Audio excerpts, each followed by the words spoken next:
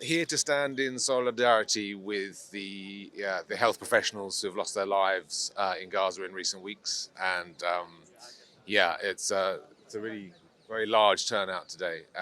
But yeah, it's something that's very close to my heart. I've done some work in recent years for a charity called Medical Aid for Palestinians, and was in the West Bank in February. And I've sort of been supporting their work with the medical professionals in the occupied territories, and and to see what's been happening to the sort of medical infrastructure and to medical professionals in recent weeks in Gaza. This march specifically is in support of healthcare workers, a lot of whom have lost their lives in the recent military action in Gaza, and that's obviously makes the sort of future for the Gazan communities very compromised, and also in the immediate, it means that they're struggling to provide any meaningful kind of medical support for civilians who are getting injured there. So yeah, it's very troubling what's happening. I think all these things are, a personal decision. I think it is. It's a very heated time politically, and there's a lot of there's a lot of. It's a hard thing to stand up for, but I think I certainly feel very clearly that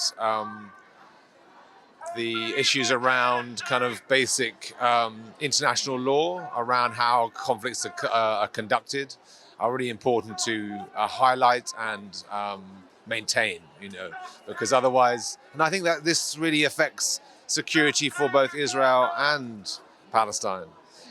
Ultimately, at some point, this conflict will have to be resolved, and we're looking for a long-term solution to this issue. And I think breaking international laws or bending those doesn't help anyone. I think it seems clear that in order to be able to try and move this very